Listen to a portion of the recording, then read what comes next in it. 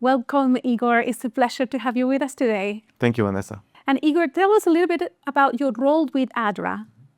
I've been with ADRA for some time as a country director. Our office has went through interesting times. In the past 10 or 15 years, we worked with people who were affected by some emergency, by some natural or man-made disaster, refugees among themselves. We work with homeless people, with different kinds of homeless, try to uproot it, but also to provide services to them. And we work with families who are part of the society, but really suffering from different kinds of exclusion and poverty. So we try to empower children and youth to get as many competencies in the area of knowledge so that they can get employed and become self-reliant. Thank you. And thank you for the work you do here in Serbia. And you mentioned that you work with refugees. I wonder if you can share maybe 3 lessons that you and the ADRA office in Serbia have learned through this year's working and helping refugees. Everyone listening to this, even myself and you, have some first association when we hear refugee. And it changes, and many things affect how we experience refugees. Sometimes we are indifferent to them. Sometimes we see them being equal as migrants, huge numbers of people coming into our country and making our society wondering what will happen with the society, let's say.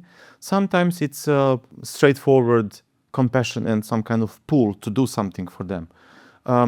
What I learned, firstly, refugees are people who found enough reasons to leave the space where they were born and raised to try to find more secure future, even to escape for life, then they had chances to get them there. Whatever the reason is, no one really leaves the security of the home if there is not enough of a reason. This is so important because otherwise other stories will engulf this fact. Only when I became part of ADRA, I realized how pregnant Bible is with these moral imperatives. When God is saying, remember your own refugee experience. And basically everyone has some kind of refugee experience when the security of something we had was lost because some trauma or change. I love that. Everybody has. Everybody, yes. And just remember the insecurity, the vulnerability you felt, and how precious it was when someone embraced you in any way. Yeah. Like come to you, try to create a safe space. God saying to the Israelites, but even today to us, remember always the stranger, the orphans, and the widows in your society. These 3, in those times, were the most vulnerable, unprotected people who could be found. And do to them as it was done to you when I, the living God, embraced you.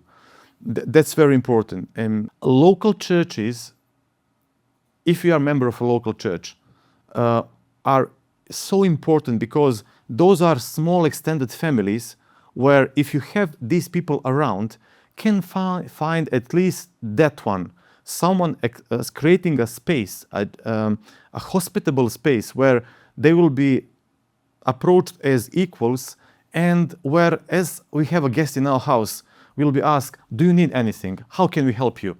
Praying for you, even a smile, even a time set aside can really bring the best out of them and give strength in who knows what kind of struggle they have.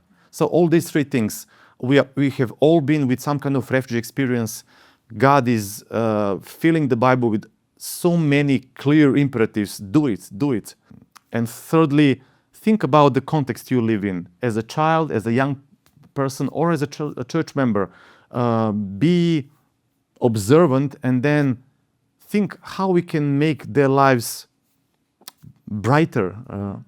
Just leave some good trace in their life. I love what you just said. I every year when we help through Refugee Sabbath, I have these kind of conversations and no one ever told me this, the idea that we all have an experience that connects to the experience of a refugee. So maybe you were in a new country, maybe you were in a new school or learning a language you never spoke before, and you felt like an outsider.